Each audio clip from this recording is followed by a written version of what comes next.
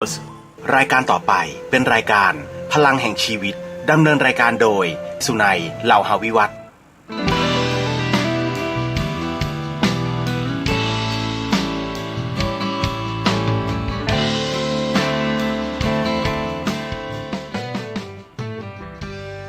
ลุกขึ้นมาฉายแสงเถิดชีวิตเป็น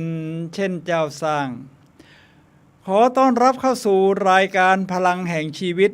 รายการเพื่อการสร้างแรงบันดาลใจโดยผมสุนัยเหล่าหาวิวัฒน์ผู้ดำเนินรายการมาพบกับท่านผู้ฟังทุกวันเสาร์เวลา 11 โมงถึงเที่ยงทางสถานีวิทยุเพื่อการศึกษาพระพุทธศาสนาและวัฒนธรรมคลื่น FM 104.5 เมกะเฮิรตซ์ออกอากาศณวัดฝายหินมหาวิทยาลัยเชียงใหม่จังหวัดเชียงใหม่สำหรับท่านผู้ชมที่ชมผ่านทางโทรทัศน์ออนไลน์นะครับหรือโซเชียลมีเดียนี่แหละท่านสามารถรับชมได้ทั้งทาง YouTube และ Facebook โดยพิมพ์คำว่าวัดฝายหินภาษาไทยนี่นะครับท่านผู้ฟังครับเมื่อสักครู่ผมฟังเพลงของทางสถานีไม่ว่ามีอุปสรรคอะไรก็เราพร้อมที่จะฟันฝ่าผมได้พลังใจมากครับวันนี้ก็เลยเราจะพูดกันในเรื่องความพึงพอใจในชีวิตของคุณอยู่ในระดับไหนครับ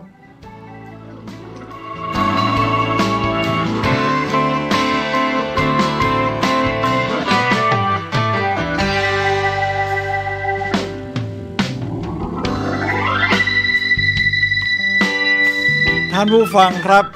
ความพึงพอใจในชีวิตมันก็เป็นเหมือนการใช้ชีวิตของเราเนี่ยแหละครับท่านผู้ฟังครับ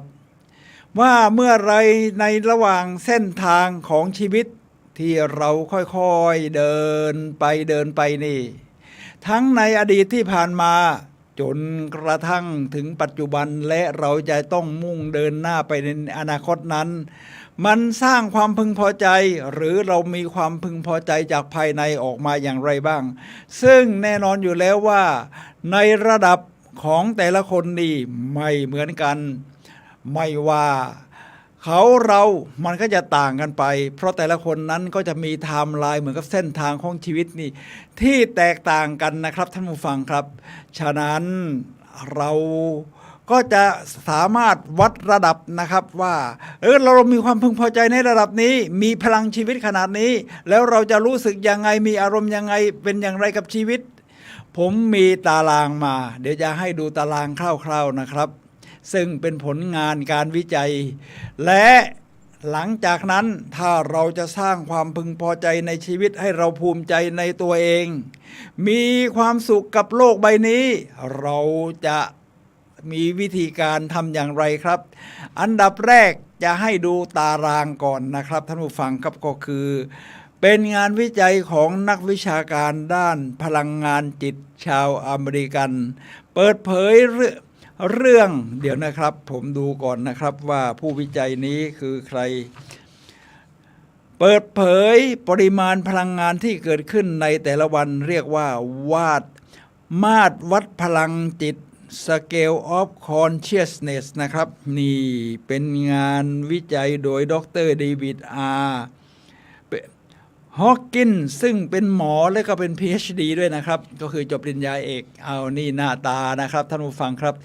ตอนนี้หน้าตาก็ประมาณนี้อาจจะบังหน้าผมหน่อยก็ไม่เป็นไรนะครับแป๊บเดียวครับให้เห็นคร่าวๆแล้วเดี๋ยวผมก็จะแปลเป็นไทยประมาณนี้แล้วก็ขยายความให้ท่านผู้ฟังได้ฟังกันว่าถ้าเรามีพลังชีวิตความพึงพอใจในระดับชีวิตนี้เนี่ยเราเป็นอย่างไรแล้วจะปรับปรุงให้มันดีขึ้นได้อย่างไรครับชีวิตต้องเดินไปข้างหน้าอยู่แล้วครับท่านผู้ฟังครับ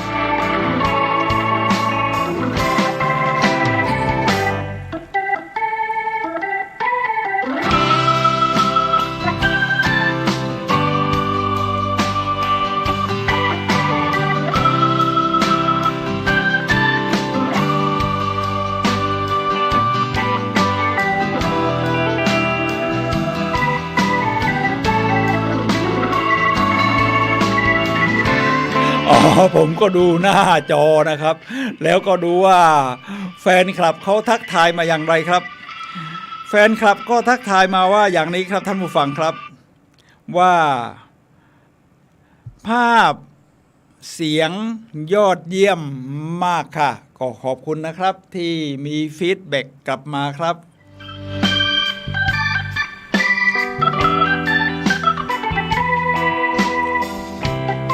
ท่านผู้ฟังครับความพึงพอใจในชีวิตนั้นเป็นยอดปรารถนาของเรานะครับความพึงพอใจถ้าว่าตามหลักมัสโลว์เอาตามหลักมัสโลว์ก่อนนะครับเพราะเป็นพื้นฐานที่เราเข้าใจได้ง่ายว่าเขาก็จะสร้างพีระมิดขึ้นมาฐานล่างสุดนี่นะครับก็เป็นความต้องการปัจจัย4นั่นแหละอาหารเครื่องนุ่งห่มที่อยู่อาศัยยารักษาโรคพอได้แล้วก็ต้องการอีกระดับหนึ่งคือความปลอดภัยอีกระดับหนึ่งคือการยอมรับอีกระดับหนึ่งเกียรติยศชื่อเสียงอีกระดับหนึ่งคือความพึงพอใจในตัวเองหรือเซลฟ์แอคทีฟที่เรากำลังคุยกันอยู่แล้วเซลฟ์แอคชวลไลเซชันคุณได้ทำในสิ่งที่คุณปรารถนาที่เรียกว่าแพชชั่นครับท่านผู้ฟังครับเอาละครับเราจะมาดูว่าระดับความพึงพอใจระดับไหนจะทำให้เรามีพลังชีวิตอย่างไรนะครับท่านผู้ฟังครับปกติพลังชีวิตนี่นะครับเอาแค่ว่าถ้าให้พอดีก็จะมีสัก200นี่ก็พอครับนี่ตามตารางนี้นะครับท่านผู้ฟังครับ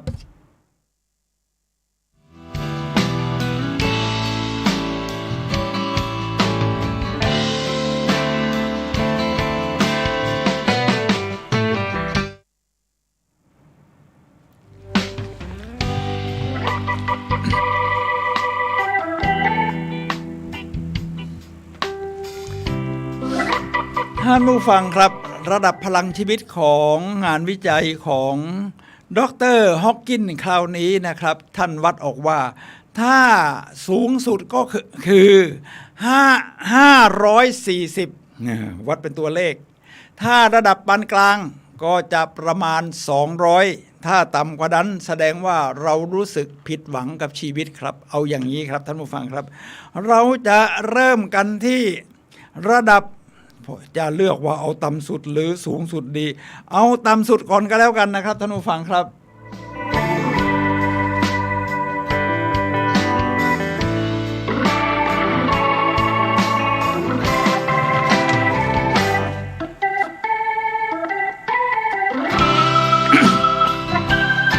ท่านผู้ฟังครับเราจะเริ่มกันที่ระดับความรู้สึกเวลาที่ว่าทำให้พลังชีวิตเราเนี่ยหรือความพึงพอใจในชีวิตเราต่ำสุดก็คือการรู้สึกผิดครับการรู้สึกผิดนี่หมายความว่าไม่ว่าจะทำถูกทำผิดนี่คุณรู้สึกว่ามันผิดมันไม่ถูกมันฉันใช้ไม่ได้ฉันแย่อะไรนี่พลังชีวิตคุณจะอยู่ที่แค่30พลังชีวิตนี่ทำให้คุณตื่นตัวมีความคึกคักมีความปรารถนาที่จะใช้ชีวิตต่อไปไหมมันจะอยู่แค่30ถึงตรงนั้นอารมณ์ความรู้สึกคุณก็จะนอกจากเบรมตัวเองคือหมายความว่าต่อว่าเบรมคนอื่นเบรมสิ่งรอบข้างโลกไม่ยุติธรรมเอาเลยนี่นะคุณก็รู้สึกว่าโลกนี้มันมีแต่ความบาปแต่จริงๆมันไม่ใช่อย่างนั้นครับมันมีทั้ง2ด้านตามหลักของซาเทียแหละชีวิตนี่สิ่งแวดล้อมเหตุการณ์ที่เกิดขึ้นมันมีทั้งด้านบวกและด้านลบแล้วทีนี้ถ้าระดับที่สูงขึ้นมาล่ะคือรู้สึกสิ้นหวังโอ้โหคนเรานี่ท่านผู้ฟังครับเวลาเรารู้สึกสิ้นหวังระดับพลังชีวิตมันจะอยู่ที่50นะครับก็สูงขึ้นมาจากความรู้สึกผิดหน่อยนึงคืออยู่ที่50แต่ยังไม่อยู่ในกลางก็ต้องคือ200ทีนี้ครับพอรู้สึกสิ้นหวังชีวิตมันเดินต่อไม่ได้นะมันไม่รู้จะหวังอะไรล่ะทั้งอารมณ์ความรู้สึกความหดหู่ซึมเศร้ามันก็ประดังเข้ามาพร้อมจิตใจก็จะหดหู่ห่อเหี่ยวเฉาเอาเลยนะครับท่านผู้ฟังครับฉะนั้นวิธีการสร้างความหวังจึงสำคัญมากครับคืออย่างน้อยมันยังไปไม่ถึงหรอกแต่ก็ขอให้เรารู้สึกว่าเรามีความหวังกับชีวิตมีความหวังกับเหตุการณ์ที่จะเกิดขึ้นมันถึงว่าโลกนี้คือเหมือนที่นัก พูดทั้งหลายบอกว่าจินตนาการสำคัญกว่าความรู้อะไรประมาณนั้นเราก็จินตนาการก็คือเราสร้างความหวังออกมาได้อันเบิร์ตไอน์สไตน์ก็จะพูดแบบนี้นะครับท่านผู้ฟังครับแล้วทีนี้ถ้าอย่างนั้นจะสูงขึ้นไปละครับการกลัดกลุ้มและกังวลมันก็เป็นกันทุกคนเลยครับเวลาเรามีความกลัดกลุ้มกังวลพลังแห่งชีวิตของคุณจะเหลือแค่100มันประมาณนั้นแค่100เนี่ยนะครับการที่เหลือแค่100มันยังไม่ถึงกลางๆที่เขาว่าจะต้องมีสักให้ได้สัก200คุณก็กังวลไอ้นั่นกังวลไอ้นี่รวมถึงแม้กระทั่งเกิดโรคย้ำคิดย้ำทำเมื่อกี้ฉันออกมาฉันปิดไฟปิดพัดลมแล้วยังออกรถมาแล้วยังขับกลับไปเพื่อไปดูมันปิดแล้วยังมันกลัดกลุ้มกังวลนะครับนอกจากกังวลเรื่องที่ทำแล้วเนี่ยนะครับยังกังวลเรื่องอนาคตตรงนี้ตอนนี้พอมาถึงยุคโควิดมันก็จะหมดไปแล้วเนี่ยนะครับมันจะเป็นโรคประจำถิ่นเราก็ดูแล้วทุกไอดีมันก็มาออกมาอย่างมหาศาลจริงไหมครับใครๆที่ว่าอั้นกันมา2 ปีในยุคของโควิดก็ไม่ทำมาคือเรียกว่าชะลอการผลิตสร้างผลิตผลเพราะคนนั้นก็กลัวคนนี้ก็กลัวไม่การชุมนุมอะไรการประชุมอะไรก็ไม่ค่อยมีแล้วตอนนี้พอทุกคนเปิดประเทศอเมริกาบอกว่าขึ้นเครื่องบินตั้งแต่วันที่1 พฤษภาคมพุทธศักราช 2565 ซึ่งผ่านมาแล้วก็ไม่ต้องใส่แมสประเทศไทยก็บอกเปิดประเทศนักท่องเที่ยวเดินทางเข้ามาภายในประเทศนี่นะครับโอ้โหไม่ต้องกักตัวไม่ต้องตรวจ ATK นักท่องเที่ยวก็คาดว่าจะมาเดินทางเข้าไทยวันละ 15,000 คนประมาณนั้นนะครับปีหนึ่งก็หลายล้านนะเนี่ยเพราะมันมี365 วันนี่มันเพิ่งเริ่มต้นต่อไปอาจจะมากกว่านี้นี่แหละครับพอเกิดความกระกรุ่มที่กังวลต่อมาพอดีมานด์มันสูงขึ้นความต้องการสูงขึ้นของก็ขึ้นราคาสิครับก็จะไปแย่งชิงกักตุนเลย อีกสัก3 เดือนมันก็จะทรงตัวนะครับนี่เราคาดการไว้อย่างนั้นนะครับฉะนั้นถ้ากังวลกัดกลุ่มพลังแห่งชีวิตความพึงพอใจในชีวิตของคุณจะเหลือแค่100เท่านั้นทีนี้ในระดับที่สูงถัดไปขึ้นแหละครับท่านผู้ฟังครับความโลภแหมที่พูดทุกอย่างหัวข้อวิจัยนี่มันตรงกับกิเลสของศาสนาพุทธเราอย่างไรอย่างนั้นเลยครับความโลภเมื่อคุณมีความโลภพลังแห่งชีวิตของคุณจะเหลือแค่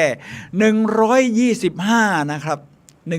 125พอคุณโลภนี่คุณอะไรคุณก็อยากไปเรื่อยอยากจะเอาไอ้มากกว่าคนอื่นอยากจะได้ของโน่นของนี่ความโลภเนี่ยไม่มีที่สิ้นสุดนะครับเหมือนที่มหาธรรมคานธีบอกไว้เลยครับว่าทรัพยากรในโลกนี้มีเพียงพอสำหรับมนุษย์ทุกคนแต่ไม่พอสำหรับคนโลภเพียงคนเดียวก็ลองคิดดูสิมันจะเอาทั้งโลก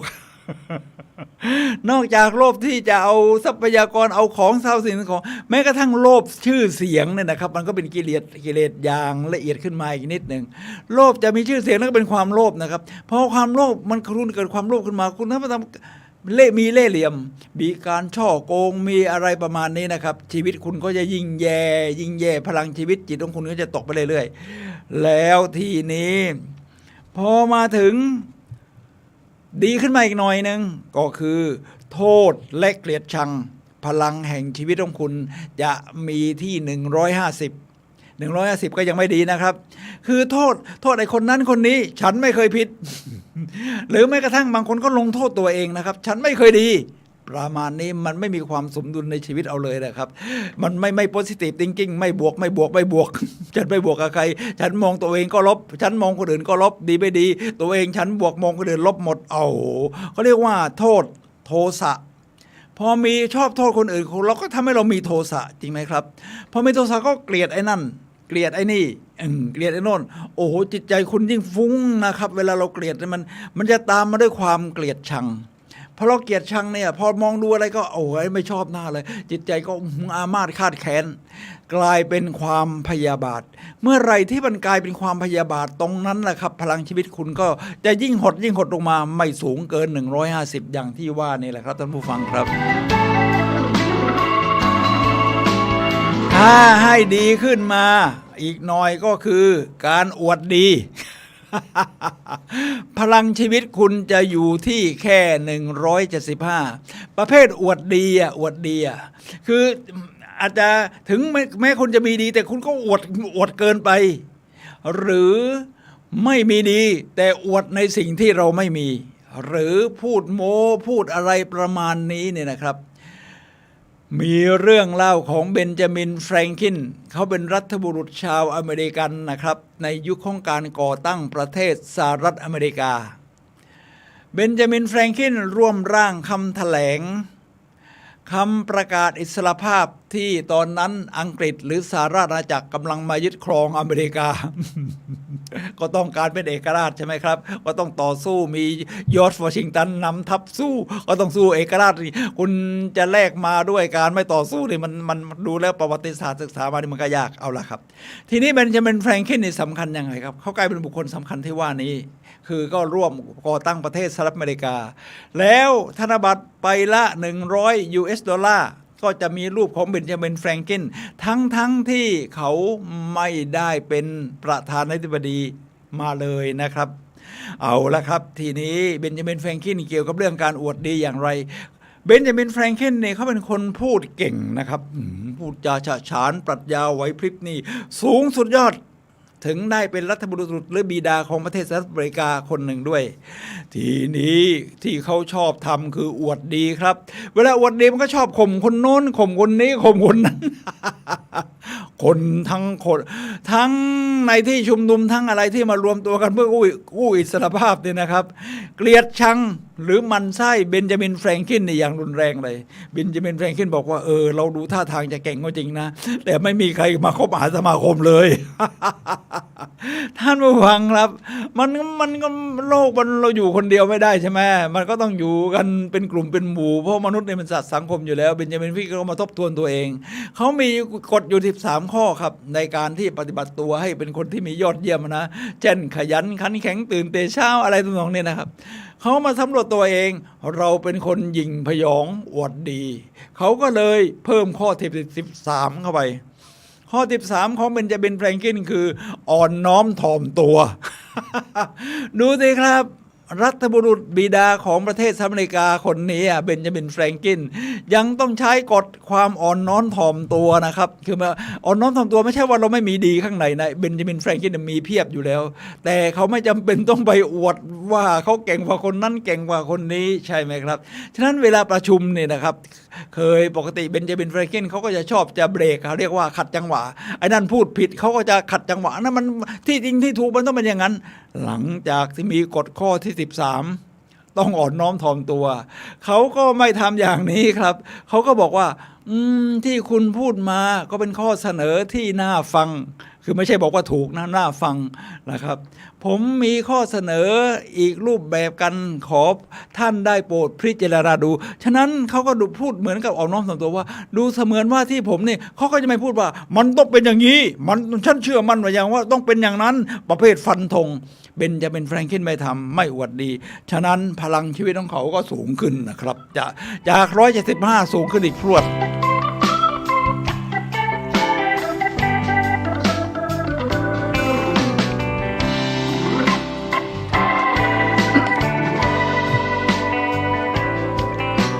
ท่านผู้ฟังครับจากอวดดีถ้าจะให้ดีขึ้นมาอยู่ในพลังแห่งชีวิตที่กลางเลยนี่จะต้องทำอย่างไรครับ1คือคุณต้องเป็นคนคิดบวก positive thinking แล้วพลังชีวิตคุณก็จะอยู่ที่200นี่เรียกว่ากลางนะครับท่านผู้ฟังครับกลางคือชีวิตคุณราบรื่นราบเรียบมีความสุขอยู่บ้างมีหาสิ่งดีๆเจอในชีวิตเดินผ่านไปทางไหนโอ้โหก็หาจุดเด่นจุดแข็งจุดอะไรของเขาเนี่ยนะครับรวมทั้งสิ่งแวดล้อมเหตุการณ์ที่เกิดขึ้นคุณหาจุดดีได้ว่างั้นนะครับนี่คือ positive thinking พลังคิดบวกเนี่ยโอ้โหมันสำคัญมากนะครับฉะนั้นเราก็ต้องสร้างก็ต้องหาจุดดีของคนโน้นหาจุดดีของคนนี้นะครับทุกคนเขามีจุดแข็งอยู่แล้วเราก็หามาประมาณนั้นทีนี้ต่อไปถ้าจะให้พลังชีวิตสูงขึ้นคุณต้องมีมากกว่าแค่การคิดบวกคุณต้องมีความกรุณาถ้าคุณมีความกรุณา kindness นะครับเอื้อเผื่อแผ่สนับสนุนคนอื่นพลังชีวิตคุณจะขึ้นมาเป็นที่310 จาก200เนี่ยกลางๆเนี่ยนะครับมาเป็น310พอถึง310นี่คุณมีความกรุณาเห็นคนอื่นก็อยากจะสร้างประโยชน์ให้เขาคือประโยชน์ของตัวเองคุณต้องทำอยู่แล้วคุณต้องมีทรัพยากรภายในที่ดีพอคุณถึงจะไปแบ่งปันให้คนอื่นได้คุณไม่สามารถให้สิ่งที่คุณไม่มีแก่คนอื่นได้นะครับถ้าคุณจะให้ความรู้คุณก็ต้องมีศึกษามีความรู้อยู่ข้างในคุณถ้าคุณจะให้ความยอดเยี่ยมคุณก็ต้องเป็นคนที่ยอดเยี่ยมเสียก่อนนี่แหละครับท่านผู้ฟังครับจึงมีคำพูดที่ว่าถ้าคุณอยากประสบความสำเร็จจงช่วยให้คนอื่นประสบความสำเร็จอันนี้เป็นความกรุณาขั้นสูงนะครับการช่วยให้คนอื่นประสบความสำเร็จเพราะมันจะมีโรคอีกชนิดหนึ่งที่คล้ายๆกับอวดดีคือโรคของการอิจฉานี่มันในสังคมเราก็ไม่ค่อยกล้าพูดกันนะว่าไอคนนั้นอิจฉาคนนี้อิจฉาคนนั้นมันเป็นธรรมชาติของมนุษย์แม้กระทั่งจิมโรนก็ยังพูดนะครับว่าเวลาเราปลูกต้นไม้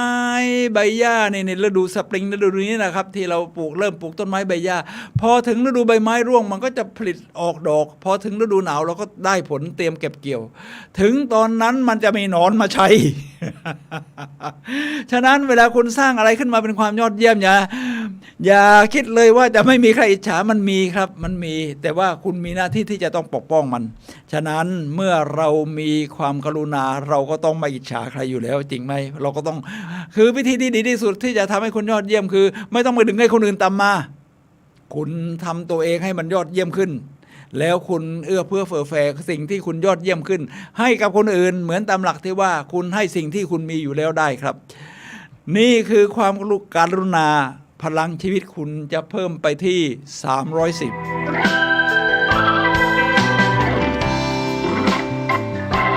ทีนี้ถ้ายังมีความเจ็บแค้นฝังอยู่คุณก็ต้องเลื่อนมาเป็นอีกข้อหนึ่งคือให้อภัย forgiveness ถ้าคุณให้อภัยได้นี่นะครับพลังชีวิตคุณจะขึ้นมาที่350เลยนะครับโอ้โหเกือบจะสูงสุดแล้ว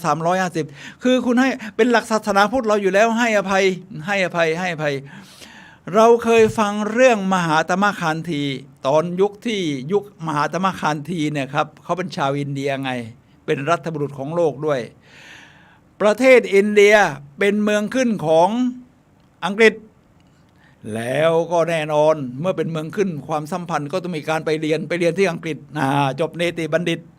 พอกลับมาเป็นทนายความก็ไปทำงานประเทศที่เป็นเมืองขึ้นของอังกฤษเช่นที่แอฟริกาใต้ไปทำงานที่แอฟริกาใต้เนี่ยครับการเหยียดผิวนี่จะสูงมากชาวผิวขาวก็ไปครองแอฟริกาใต้ฉะนั้นเวลาเป็นมหาตมะคานธีเดินผ่านไปนะครับเขาก็เป็นบัณฑิตเป็นอะไรเนี่ยนะครับ เป็นบัณฑิตก็เดินมาดใส่เสื้อคลุยมามันก็จะมีคนผิวขาวได้ดูถูกเหยียดหยามแม้คุณจะเรียนสูงมาก็ตามก็มีเวลาเดินผ่านไปนี่ก็จะมีคนเอาก้อนหินเนี่ยขว้างปุ๊กหัวแตกเลยนะครับหัวมหาตมะคานธีก้มลงหยิบก้อนหินแต่ไม่ได้ขว้างกลับถ้าขว้างกลับก็ไม่ใช่การให้อภัยนี่ครับจริงไหมครับมหาตมะคานธีก็หยิบก้อนหินนั้นใส่กระเป๋าแล้วเดินกลับมาที่ห้องพอถึงที่พักก็บอกว่าฉันให้อภัยเธอมหาตมะคานธีก็เลยกลายเป็นรัฐบุรุษที่ยิ่งใหญ่ได้ถ้าคิดว่ามหาตมะคานธีให้อภัยไม่เป็นหรือไม่ให้อภัยนี่นะครับเอาก้อนหินขว้างกลับอินเดียอาจจะยังไม่ได้เอกราชก็ได้จริงไหมครับท่านผู้ฟังครับนี่นะครับคือรัฐบุรุษมันต้องทำอย่างนี้ให้อภัยทีนี้ถ้าเป็นเราล่ะเราอย่างแน่นอนธรรมดาเราเป็นมนุษย์ก็ยังมีเจ็บแค้นไอ้นั่นเจ็บแค้นไอ้นี่โกรธเคืองไอ้นั่นทำไม่ดีกับฉันยังเจ็บใจอยู่ประมาณนี้ทีนี้เราจะทำยังไงครับมันมีหลักตาม NLP Neuro Linguistic Programming ภาษาที่เราใช้โปรแกรมจิตประสาททำให้เราเป็นคนไม่แบบนี้ไม่เหมือนใครคนโน้นก็ไม่เหมือนเราหรือไม่เหมือนคนอื่นท่านผู้ฟังครับเรามีไทม์ไลน์ชีวิตที่ต่างกันฉะนั้นวิธีการผมมีข่าวดีกับข่าวร้ายจะมาบอกจะฟังข่าวไหนก่อนไปเป็นวิทยากรสร้างแรงบันดาลใจทุกรุ่นบอกขอฟังข่าวร้ายก่อนข่าวร้ายคือคุณเปลี่ยนแปลงอดีตไม่ได้ แต่คุณเปลี่ยนอนาคตได้ครับท่านผู้ฟังครับฉะนั้นวันนี้เราก็จะเปลี่ยนเรื่องการให้อภัยไปสู่สิ่งที่เราจะเดินหน้าชีวิตของเราต่อตามหลัก NLP เขาก็มีคำพูดง่ายๆเลยว่าไม่ว่าใครทำให้คุณเจ็บใจทั้งคำพูดการกระทำคุณสามารถให้อภัยได้ด้วยหลักการง่ายๆคือพอยื่นแขนออกไปประมาณนี้คุณพูดอยู่4ประโยค I love you I am sorry please forgive me thank you I love you I am sorry please forgive me thank you ฉันรักคุณ I love you ใช่ไหม I love you ฉันรักคุณ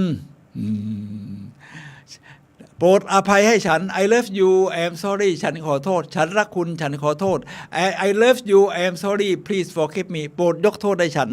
thank you ขอบคุณแล้วจะไป ขอบคุณคนที่ทำให้เราเจ็บแค้นได้อย่างไรได้สิครับทำให้เราได้รับบทเรียนเอามาปรับปรุงจิตใจแล้วก็ฉันรักคุณฉันขอโทษโปรดยกโทษให้ฉันขอบคุณพอทำแล้วนี่คุณจะรู้สึกโล่งตอนที่คุณโกรธแค้นเขาอยู่นี่นะครับท่านผู้ฟังครับคุณยังให้อภัยไม่ได้คนที่เจ็บใจถูกกระตุ้นคือคุณส่วนไอ้คนที่ถูกเจ็บใจมันอยู่ตรงไหนก็ไม่รู้นะนู้นไม่รู้สึกอะไรเขาก็รู้สึกตามสภาพการของเขาที่เขาฝึกจิตมาเอาละครับพอเรา I love you and sorry please forgive me thank you เราก็รู้สึกว่าคนที่ถูกปลดปล่อยคือตัวเราครับตัวเราพลังชีวิตคุณก็จะสูงขึ้นจากการให้อภัยแบบนี้ไปถึง350ทีทันทีความพึงพอใจดีขึ้นนะครับ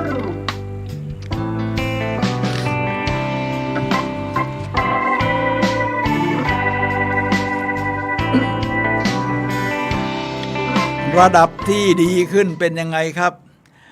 เข้าใจเข้าใจนี่เป็นเรื่องลึกซึ้งนะครับท่านผู้ฟังครับเข้าใจนี่คือเข้าใจตัวเองเข้าใจคนอื่น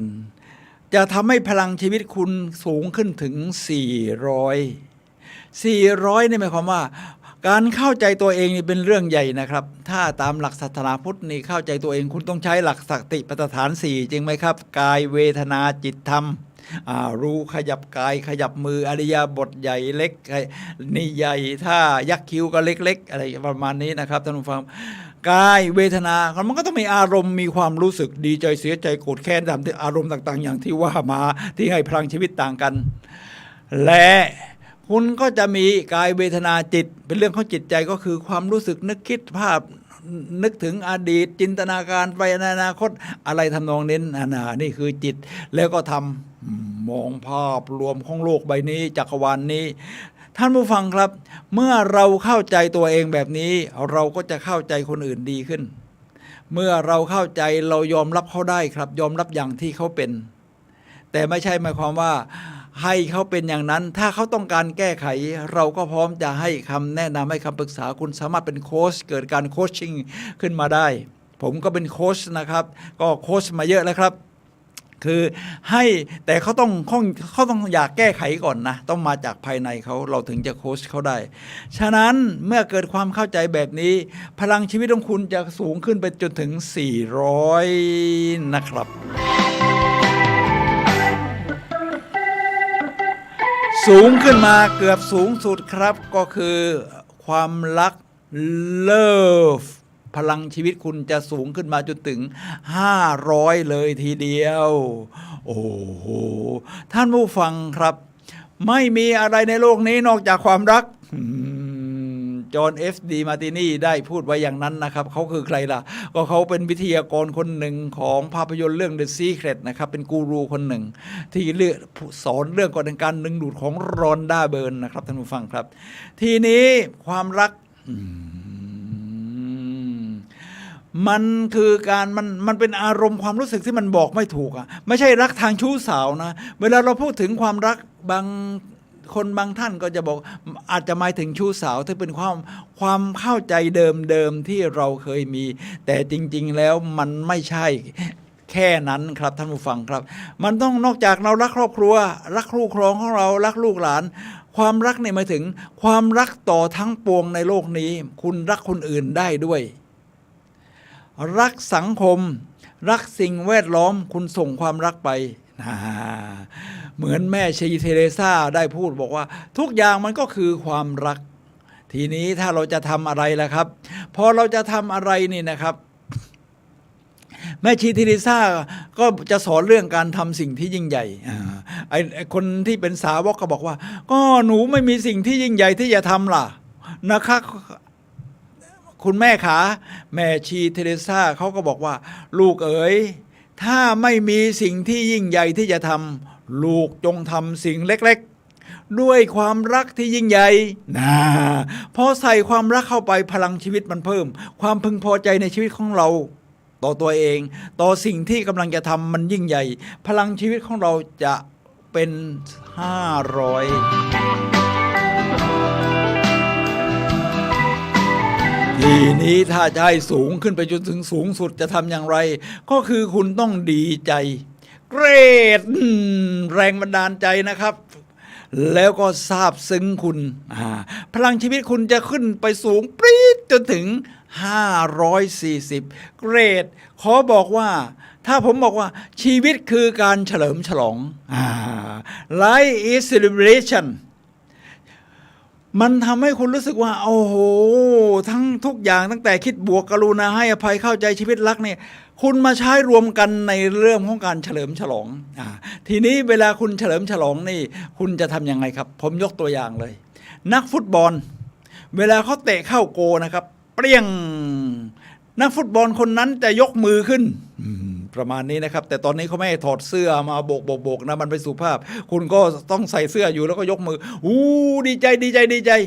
มันเป็นยังไงครับมันเกิดอะไรขึ้นครับท่านผู้ฟังครับนี่ดูตารางอีกนิดนึงนะครับมันเกิดอะไรขึ้นครับท่านผู้ฟังครับมันเป็นการสั่งจิตใต้สำนึกว่าให้คุณทำแบบนี้อีกแต่ถ้าคุณเป็นนักฟุตบอลประเภทว่าพอคุณเตะเข้าโกเปรี้ยงแล้วคุณก็ยืนเฉยๆอย่างนั้นอย่างนั้นจิตใต้สำนึกมันไม่รับรู้ด้วยสิแสดงว่าไอ้เจ้าตัวนี่มันไม่ค่อยดีใจเท่าไหร่มันไม่ภูมิใจในการเตะเข้าโกตอนหลังจะไปทำอีกเลยมีนักฟุตบอลที่ทำแบบนี้ครับท่านผู้ฟังครับพอทำแบบนี้นี่หลังจากนั้น6 เดือนเขาเตะไม่เข้าโกเลยนะพอเตะไม่เข้าในเกือบตกงานต้องมาปรับใจใหม่ตอนหลังพอเตะเข้าโกถ้าจะเตะเข้าโกเขาต้องไปซ้อมยิงประตู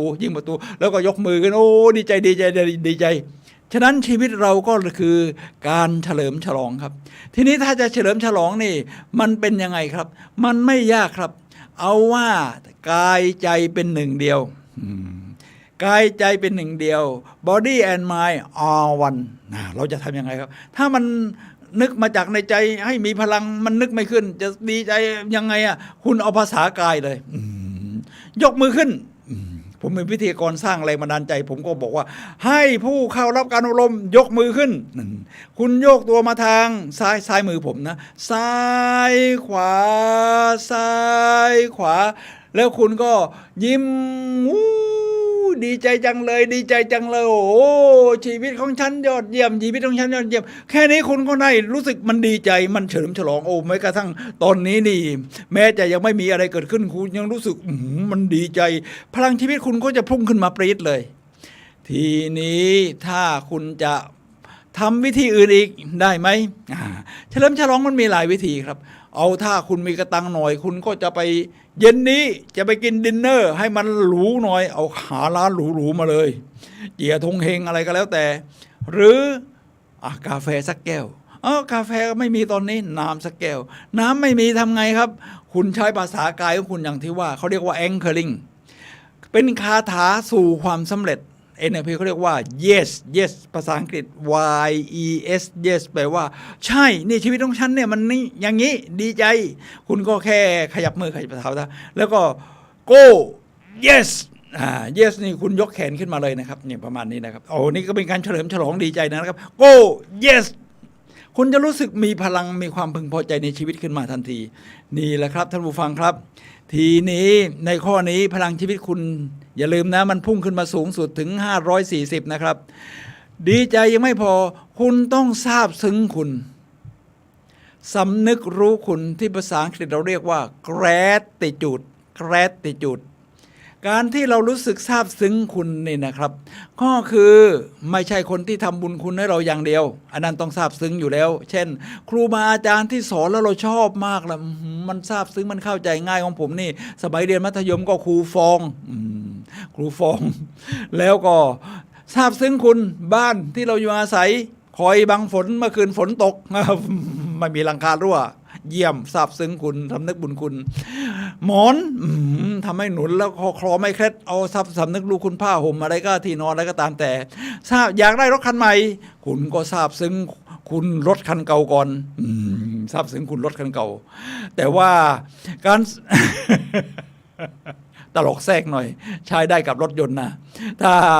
สุดที่รักนี่ไม่ต้องซาบซึ้งคุณเพื่อจะได้ไหม คุณต้องซาบซึ้งคุณแบบอ๋อขอให้ทำกับข้าวของฉันให้อร่อยเพิ่มขึ้นประมาณนะคุณซาบซึ้งคุณฉะนั้นการซาบซึ้งคุณการที่เราgratitudeมันเป็นกฎแห่งการดึงดูด the law of attraction มันจะทำให้คุณเนี่ยสามารถที่จะดึงสิ่งแบบนั้นที่คุณต้องการเนี่ยเพิ่มขึ้นมาอีกท่านผู้ฟังครับการซาบซึ้งคุณมันมีตั้งแต่ระดับสิ่งของเหมือนเช่นผมบอกว่าอยากได้สมาร์ทโฟนใหม่อยากได้รถยนต์ใหม่หรือว่าบุคคลครูบาอาจารย์ที่คุณชื่นชอบเพื่อนฝูงเพื่อนร่วมงานร่วมทีมคนในครอบครัว3อื่นเนี่ยมันก็จะเป็นนามธรรมนะครับฉันทราบซึ้งคุณเรื่องความเมตตาฉันทราบซึ้งคุณเรื่องการเรียนรู้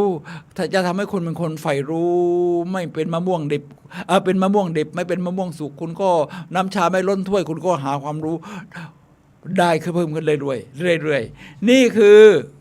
ความสูงสุดแล้วครับดีใจและซาบซึ้งคุณจะทำให้ความพึงพอใจในชีวิตพลังชีวิตของคุณสูงอย่างยอดเยี่ยมเลยครับ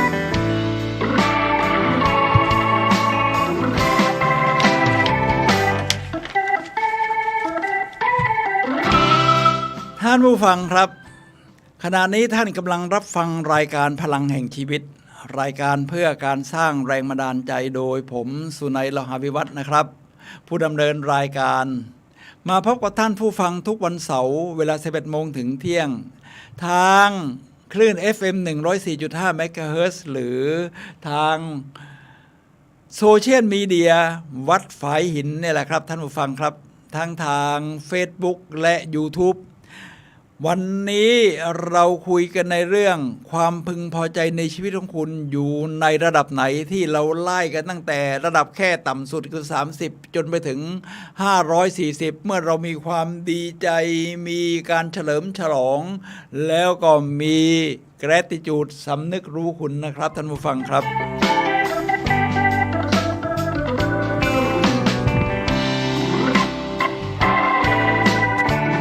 ท่านผู้ฟังครับแล้วทีนี้ถ้าไม่ว่าเราอยู่ในระดับไหนก็ตามจะทำให้ความพึงพอใจในชีวิตมันสูงขึ้นได้อย่างไรครับวันนี้ผมมีคำคมคำพูดคำสอนเด็ดๆของกูรูทั้งหลายที่ผมอ่านหนังสือมาฟังสารคดีมาแล้วรู้สึกว่าชื่นชอบนี่นะครับท่านผู้ฟังครับเอาละครับจะเริ่มตั้งแต่จิมสโตวอนนี่เขาเป็นคนตาบอดนะมาตาบอดตอนเรียนมหาวิทยาลัยแล้วก็กลายเป็นนักพูดนักเขียนหนังสือชื่อ The Ultimate Gift คือของขวัญที่มันยิ่งใหญ่มันสุดๆไปเลยนะพูดไว้อย่างนี้ว่าในที่สุดชีวิตที่ใช้อย่างเต็มที่คือพรอันสูงสุดนั่นเองเขาแนะนำให้ใช้ชีวิตอย่างเต็มที่นะครับไม่ใช่เกิดมาแล้วก็อยู่ในคัมฟอร์ตโซนก้าวย่างไปตรงไหนก็ย่องไปเรื่อยโดยไม่เท้าบาดเจ็บเปื้อนโคลนอะไรทำนองนี้นะครับมันก็ไม่ใช่การใช้ชีวิตคุณก็ใช้ชีวิตอย่างสุดๆไปเลยใช้ชีวิตให้เต็มที่เหมือนที่มันเป็นแพชชั่นนะถ้าคุณชอบตรงไหนคุณชอบปีนเขาคุณก็ไปปีนเขาตอนนี้สิ่งแวดล้อมมันดีขึ้นหมดยุคของโควิดก็รู้สึกมันกลายเป็นโรคประจำถิ่นแล้วนี่ใช่ไหมในประเทศแม้แต่ประเทศไทยเราจังหวัดไหนคิดว่าโควิดกลายเป็นโรคประจำถิ่นแล้วนี่ให้ประกาศมาเลยทีนี้มาถึงภาพยนตร์บางทีบางเรื่องมันก็สอนใจเราได้นะแต่ฉะนั้นจะดูภาพยนตร์เราก็ต้องเลือกเหมือนกันStar สตาร์วอร์ก็เป็นสงครามของดวงดาวนะเนาะเด็กๆชอบดูมีพลังครับผมชอบคำพูดที่บอกว่าขอพลังจงสถิตอยู่กับท่านนะ May the force be with you พลังก็คือความพึงพอใจในชีวิตต่างๆที่ทำให้เรามีพลังนะครับสถิตอยู่กับเราเราระลึกถึงสิ่งนี้ไว้เสมอๆซึ่งมันรวมถึงใน Star Wars เนี่ยบอกเรื่องของความเชื่อที่เป็นคำสอนของโยดาก็คือเป็นอาจารย์ของพวกอัศวินทั้งหลายพวกเจไดนะครับเวลาลุกสไตล์วอล์กเกอร์ก็เป็นเจไดคนหนึ่งเขาจะไปปฏิบัติการยกอะไรสักอย่างนึงแล้วเขายกไม่ขึ้นโยดาก็บอกว่าเพราะเธอเชื่อว่าเธอยกไม่ขึ้นเพราะเธอเชื่ออย่างนั้นว่าจะยกไม่ขึ้นมันก็ยกไม่ขึ้นนี่แหละครับท่านผู้ฟังครับจึงมีคำบอกว่าชีวิตคือการเดินทางไม่ใช่จุดหมายปลายทางฉะนั้นเราก็จะสร้างระดับความพึงพอใจให้มันสูงขึ้นโดยเป็นประโยชน์กับทั้งตัวเองเพื่อนร่วมทางเพื่อนที่อยู่ไกลห่างไกลแม้กระทั่งสังคมใบนี้นะครับฉะนั้นจงฟังเสียงจากภายในของเราว่าเราจะดึงสิ่งที่มันเป็นแพชชั่นความหลงไหลหรือโฟลว์ของเราเวลาทำอะไรแล้วมันลื่นไหลออกมานะครับท่านผู้ฟังครับตรงนั้นพลังชีวิตคุณก็จะสูงขึ้น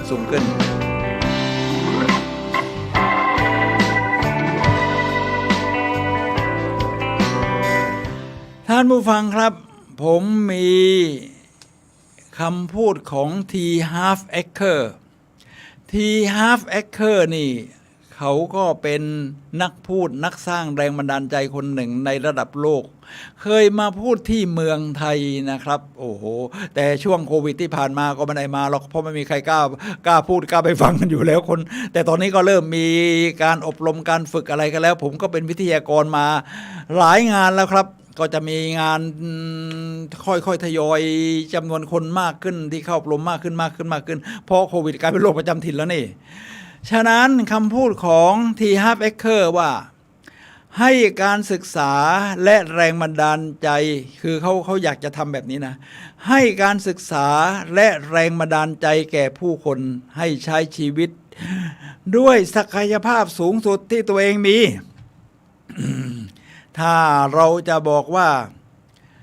people have all the resource to success ผู้คนมีทรัพยากรที่จะประสบความสำเร็จทุกคนเวลาผมเป็นวิทยากรเนี่ยผมจะฉายสไลด์นี้เป็นรูปเพชรแล้วบอกว่า people have all the resource to success ผู้คนมีทรัพยากรที่จะประสบความสำเร็จทุกคนมันก็จะมีคำถามว่าแล้วทำไมทุกคนไม่ประสบความสำเร็จล่ะ เพราะไม่ทุกคนที่รู้ว่าตัวเองมีทรัพยากรที่จะประสบความสำเร็จไงหรือรู้แล้วไม่เอามาใช้ไม่รู้วิธีใช้ไม่รู้จะใช้ยังไงคำพูดของทีฮาร์ฟ เอ็กเคอร์ก็บอกว่าด้วยความกล้าความมุ่งมั่นและความสุขไม่ใช่ความกล้าไม่ใช่ความกลัวการรอคอยและข้อจำกัดความกลัวนี่ก็เฟียร์ก็อยู่ในไอ้ระดับต่ำๆของระดับของเลเวลความพึงพอใจในชีวิตที่ผมยกตัวอย่างในตอนแรกแล้วนะครับฉะนั้นเราต้องกล้ามุ่งมั่นและมีความสุขในการเดินหน้าต่อไปครับ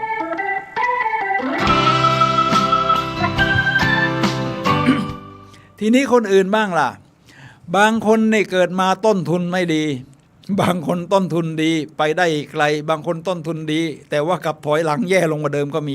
ผมจะยกตัวอย่างคนที่ต้นทุนไม่ดีนะครับท่านผู้ฟังครับต้นทุนเขาไม่มีตอนเกิดมาแต่ทรัพยากรนี่มันมาจากไหนล่ะนอกจากพลังในตัวเรา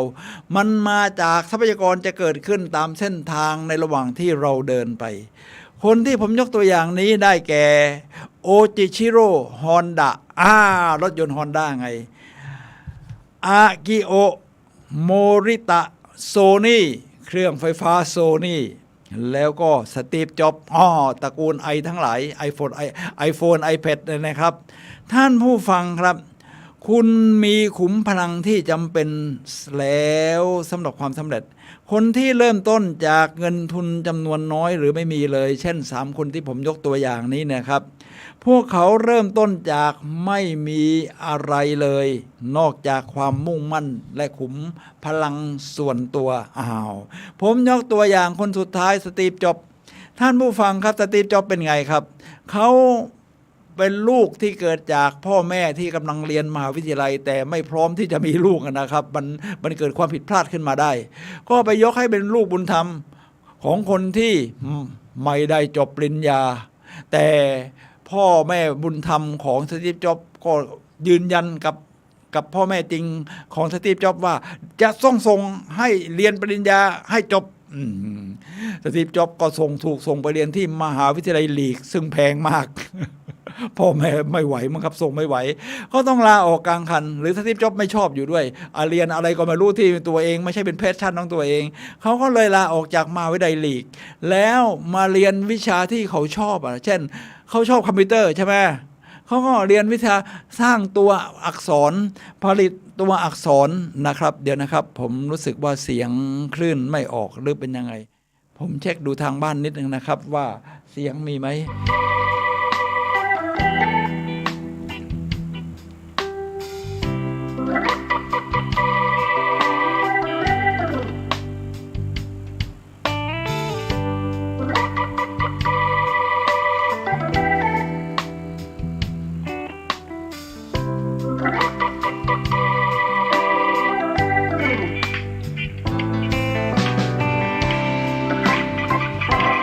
ใช่แล้วครับได้ครับตอนนี้เสียงก็ออกครับ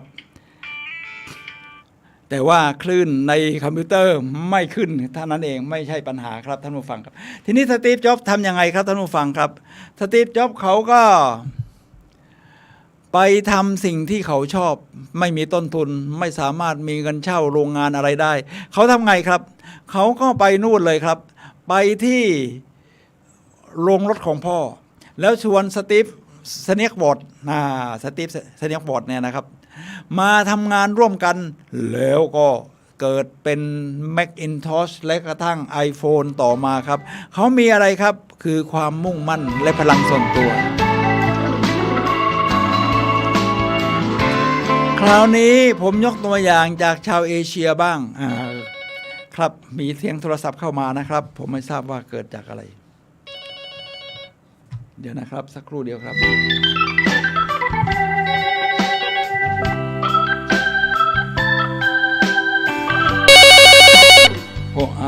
โทรศัพท์ครับเดี๋ยวผมไม่รู้จะยกปุ่มไหนฮัลโหลครับอันนี้ไม่ใช่อันนี้โหลสวัสดีจ้าอ๋อครับได้ยินเสียงไหมครับได้ยินชัดเจนจ้าอะไรนะครับเดี๋ยวผมวางก่อนนะครับเดี๋ยวผมเช็คดู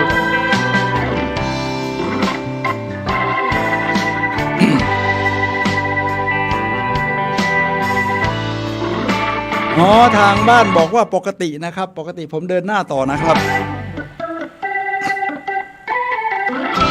ท่านผู้ฟังครับเราผ่านเรื่องของสตีฟ จ็อบส์คราวนี้เรามาชาวเอเชียบ้างนะครับท่านผู้ฟังครับสตีฟ จ็อบส์ทางชาวเอเชียเนี่ยนะครับจากสตีฟ จ็อบส์มาชาวเอเชียผู้เขียนหนังสือ Master Your Mind Design Your Destiny และเป็นกูรูด้วยบอกว่าการเชื่อมต่อของเซลล์ประสาทกุญแจสู่ความคิดและรูปแบบพฤติกรรมของมนุษย์จริงอยู่ว่าเราทุกคนล้วนมีขุมพลังที่ต่างกันแต่เราต่างกันเราทุกคนล้วนมีขุมพลังที่ไม่ต่างกันแต่ที่ต่างกันคือวิธีใช้หรือไม่ใช้ต่างหากครับคราวนี้ผมจะย้อนไปนู่นสงครามโลกครั้งที่2บ้างมีคำพูดดีๆของกูรูที่ผมชื่นชอบมากเลยนะครับกูรูนี้นี่นะครับเขาเป็นชาวยิวแน่นอนแล้วนาซีต้องจับไปขังไว้ ในค่ายกักกันวิกเตอร์ แฟรงเคิลเขาเป็นหมอนะครับ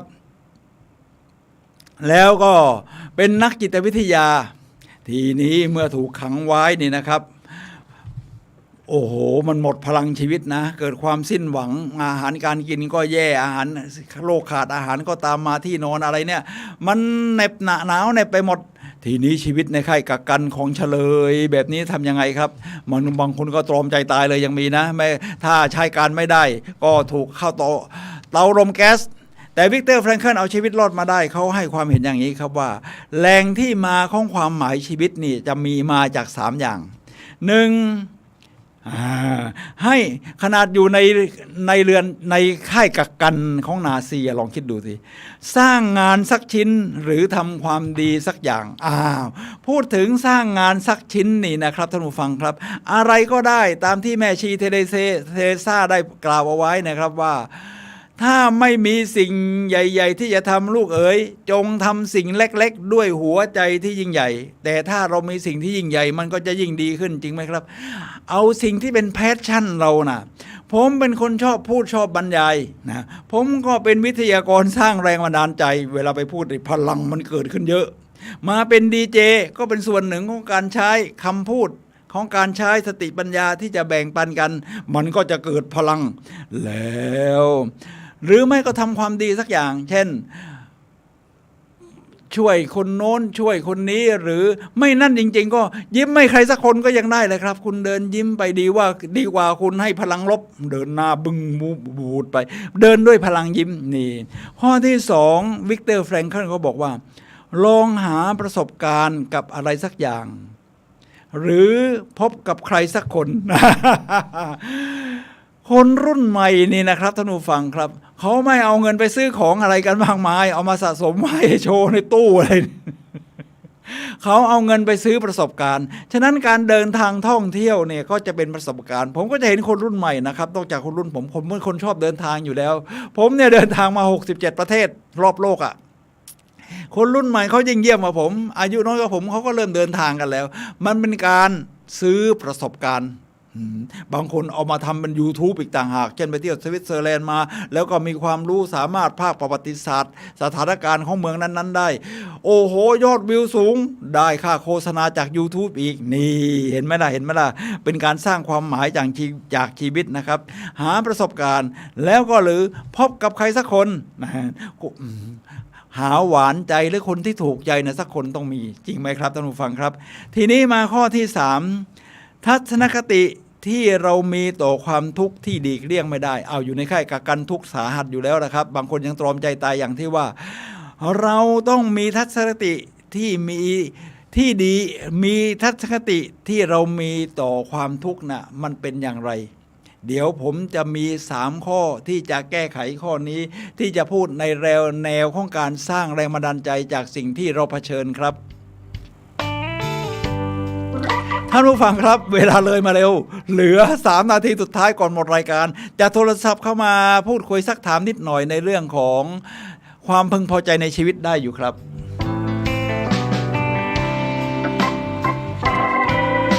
ระหว่างนี้ผมเดินหน้าต่อ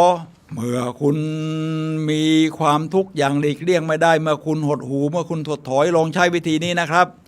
วิธีที่คุณใช้เปลี่ยนรูปพลังมี3แบบผมก็จะถามว่าเมื่อคุณเข้ามาในที่ที่ไม่รู้คุณเปลี่ยนแปลงสิ่งแวดล้อมไม่ได้สิ่งที่คุณทำได้มีอย่างเดียวคือเวลาผมไปบรรยายเป็นวิทยากร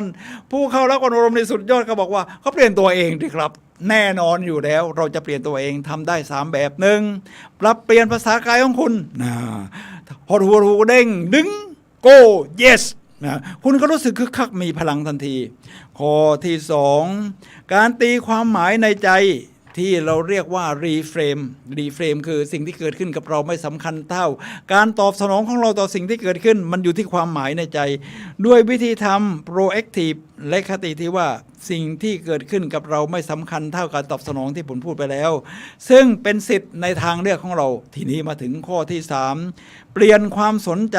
ซึ่งเป็นไปตามกฎแห่งการดึงดูดนี่คือสิ่งที่เราทำได้ฉะนั้นทำจากสิ่งที่เรามีณที่ที่เราอยู่ในสิ่งที่เราทำได้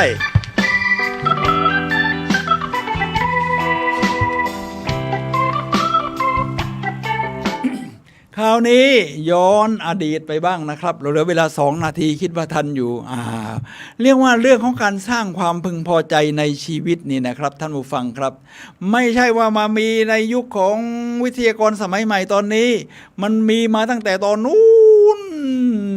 ยุคโบราณสมัยพุทธกาลก่อนพุทธกาลโน่นในนี่เกิดขึ้นในอินเดียนะครับโดยปตัญชลีปราชญ์ชาวอินเดียนี่หน้าตาของปตัญชลีเขาไม่ได้ถ่ายว่าเขาก็จินตนาการว่าท่านฤาษีท่านนี้หน้าตาน่าจะเป็นแบบนี้ ผมก็ถ่ายมาโชว์ให้ดูหน่อยซึ่งท่านพูดไปอย่างนี้ครับว่าเมื่อท่านได้แรงบันดาลใจจากเป้าหมายอันยิ่งใหญ่บางอย่างงานพิเศษบางอย่างความคิดทั้งปวงจากหลุดพ้นจากสิ่งเหนี่ยวรั้งความคิดของท่านเอาชนะข้อจำกัดได้การรับรู้ของท่านขยายออกไปทุกทิศทางและท่านจะพบว่าตนเองอยู่ในโลกใหม่ที่ยิ่งใหญ่และมหัศจรรย์พลังศักยภาพและความสามารถพิเศษที่หลับไหลอยู่พลันตื่นท่านจะค้นพบตัวเองว่าเป็นบุคคลที่ยิ่งใหญ่กว่าที่เคยคิดฝันโดยปตัญชลีซึ่งบ่อยครั้งที่ได้รับการยกย่องให้เป็นบิดาแห่งโยคะนะครับท่านผู้ฟังครับนี่คือช่วงสุดท้ายของรายการผมสุนัย โลหะวิวัฒน์และรายการพลังแห่งชีวิตขอลาท่านผู้ฟังไปก่อนพบกันใหม่วันเสาร์หน้าเวลา 11 โมงถึงเที่ยงทางคลื่น FM 104.5 เมกะเฮิรตซ์หรือโซเชียลมีเดียวัดฝายหินทั้ง YouTube และ Facebook ด้วยระดับความพึงพอใจในชีวิตของคุณอยู่ในระดับไหนต่อถึงตอนนี้ฟังจบผมคิดว่าสูงสุดโก yes